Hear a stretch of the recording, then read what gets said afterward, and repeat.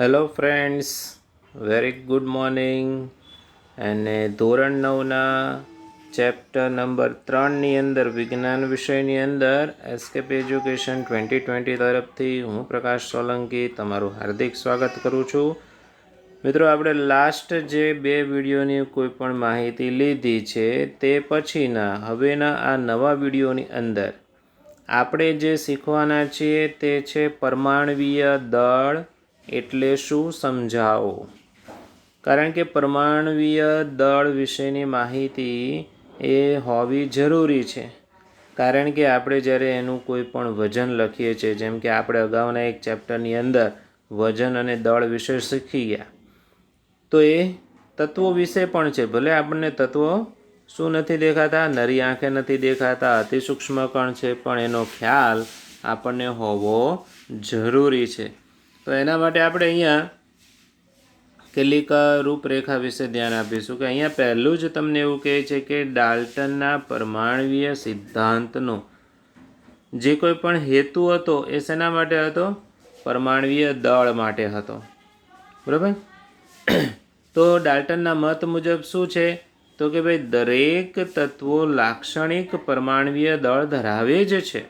એ એવું કહેવા માંગે છે. ખ્યાલ આવ્યો છે? આપણે ફરી એને પ્રોપર વસ્તુને એ ગાઈડન્સ કરીએ કે ભાઈ કોઈ પણ તત્વ એ લાક્ષણિકતા શું? તો કે એનું પરમાણવીય દળ છે. તો પછી આપણે જ્યારે નિશ્ચિત પ્રમાણનો નિયમ સમજ્યા એ આપણને એ જ વસ્તુ સમજાવે છે ને.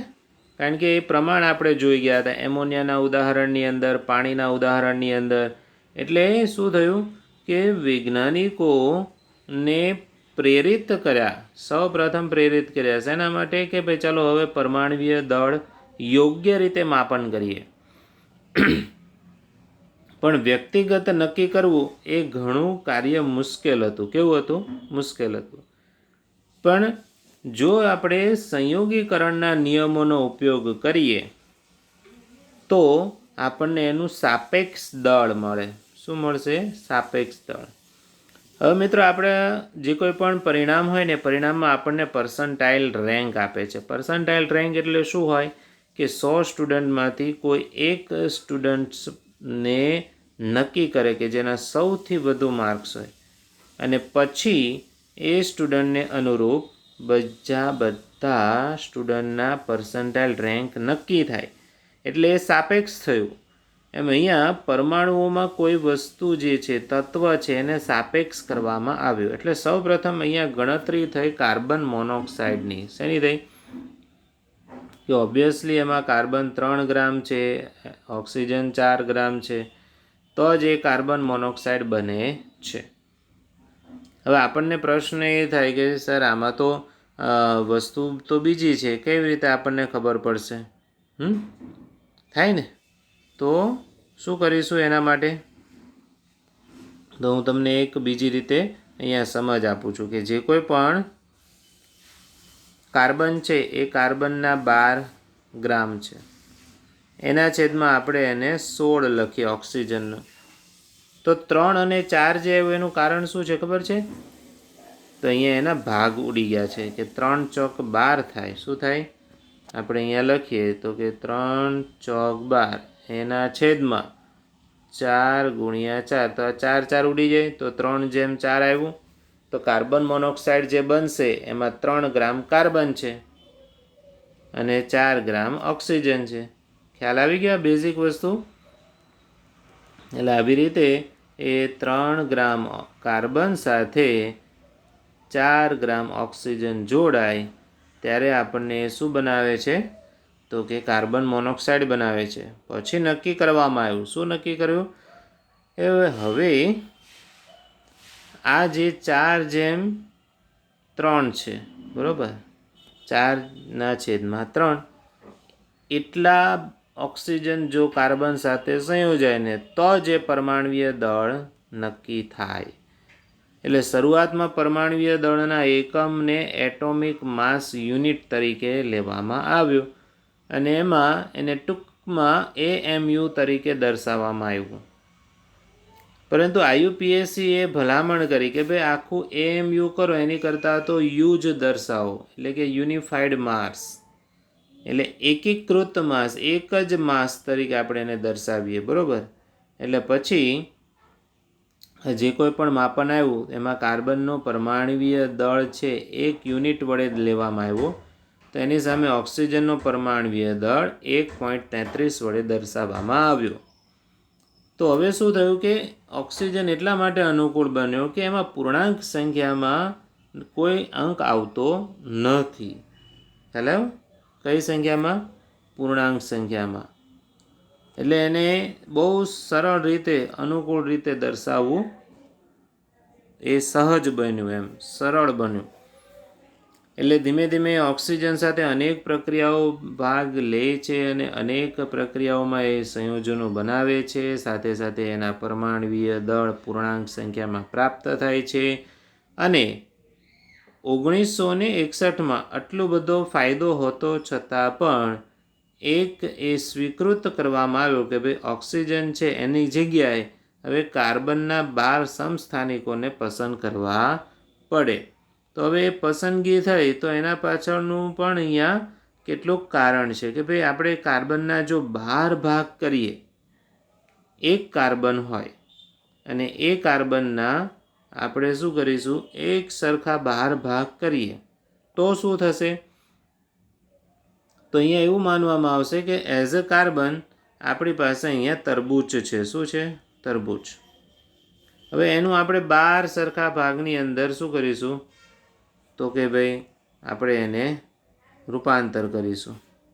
એટલે કે આ જે તરબૂચ છે એ તરબૂચને અહીંયા જો એક સરખા 12 ભાગ કર્યા છે, એમાંથી આપણે એક ભાગની પસંદગી કરી અને ત્રાજવામાં મૂકીએ અને પછી એના વજનને અનુરૂપ બીજા કોઈ પણ ફ્રૂટ હશે, કોઈ પણ ફળ હશે, એ આપણે મૂકીએ તો કે ભાઈ એક કાર્બનના ભાગમાં બીજા કેટલા આવે છે?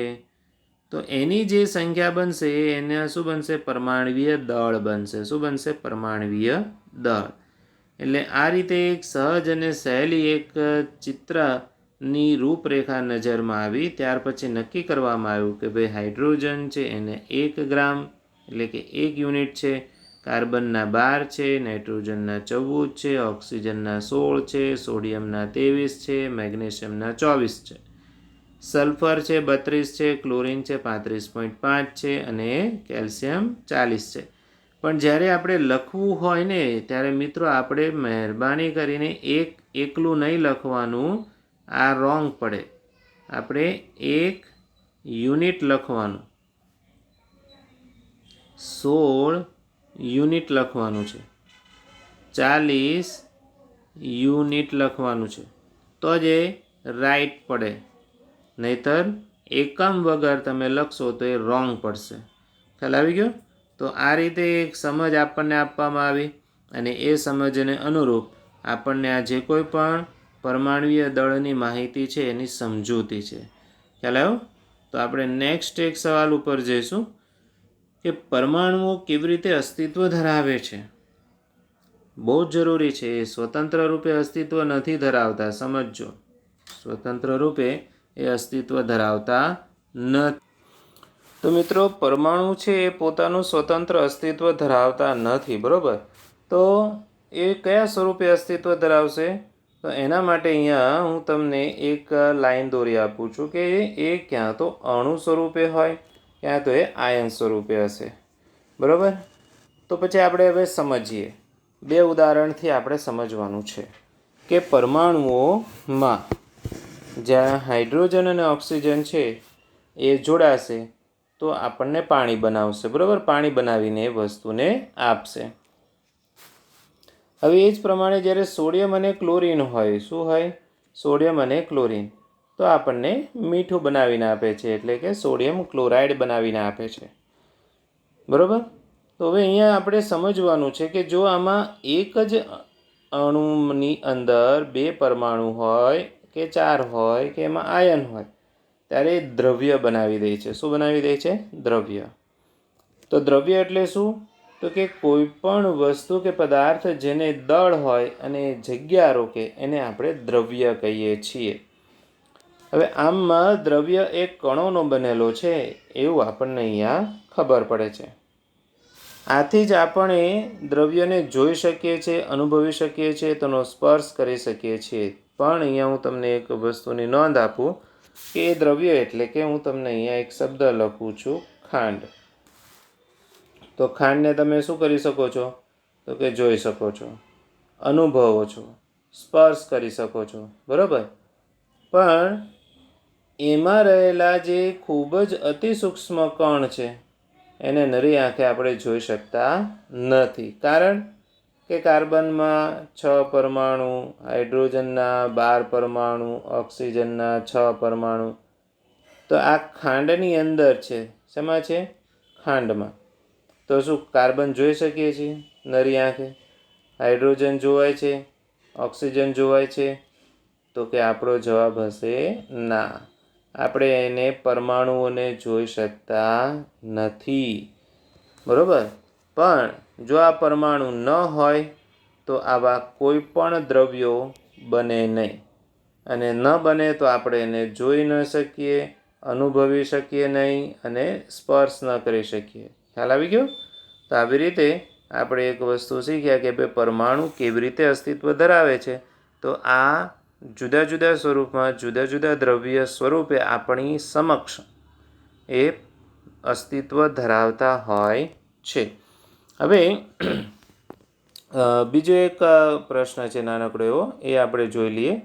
એ તમને ટેક્સ્ટબુકના જે કોઈ પણ ક્વેશ્ચનો છે એની અંદર કે ભાઈ પરમાણુય દળ એકમને વ્યાખ્યાયિત કરો. તો એવું કહેવાય કે ભાઈ કાર્બનના સમસ્થાનિકના, બરાબર, કાર્બન જે છે એ કાર્બનના સમસ્થાનિકના એક પરમાણુના 12મા ભાગના માન્ય પરમાણુય એકમને દળ તરીકે સ્વીકારવામાં આવે છે. એટલે અહીંયા તમારે એક વસ્તુ એટલી જ યાદ રાખવાની કે કાર્બનનો જે 12મો ભાગ હશે એને માન્ય લેવામાં આવે છે. પણ આ બે વિધાન બહુ અગત્યના હતા એટલે આપણે એને અહીંયા તમારી સમક્ષ રજૂ કર્યા છે.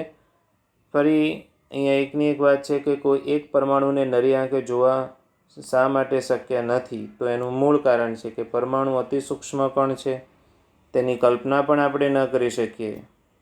અને વધુ સૂક્ષ્મ કણ છે, લાખો પરમાણુઓને જ્યારે એકની ઉપર એક ઢગલા કરીએ ત્યારે એક પાતળા કાગળ જેવી રચના ધરાવે છે. એટલે ખૂબ જ નાની ત્રિજ્યા પણ ધરાવે છે, જેનું માપન નેનોમીટરમાં જ થાય. અને આપણે એટલા માટે એને જોઈ શકતા નથી, બરાબર છે. તો આવા કેટલાક ટેક્સ્ટબુકના પણ ક્વેશ્ચનોને આપણે અહીંયા આવરી લીધા છે, બરાબર. તો આપણે અહીંયા આ વિડીયો જે છે એ વિડીયોની જે કોઈ પણ માહિતી છે એનો આપણે શું કરીશું? સમાપ્તિ કરીશું. કારણ કે આટલા જ પ્રશ્નોને આપણે પહેલાં શાંતિથી સમજી લેવા છે. તો એસ્કેપ એજ્યુકેશન તરફથી, પરિવાર તરફથી મારા સૌ વિદ્યાર્થી મિત્રો અને વાલી મિત્રોને, શિક્ષક મિત્રોને ખૂબ ખૂબ અભિનંદન પાઠવીએ છીએ કે તમે આ પરિવારને એક ખૂબ જ સરળ રીતે આગળ લઈ જઈ રહ્યા છો અને આપણે લઈ જવો છે. તો એક નાનકડી રિક્વેસ્ટ છે કે વિડીયો જોયા પછી એક નાનકડી લાઇક આપી દેજો. મિત્રો તમે સબસ્ક્રાઈબ નથી કરી તો ચેનલને સબસ્ક્રાઈબ કરી લેજો.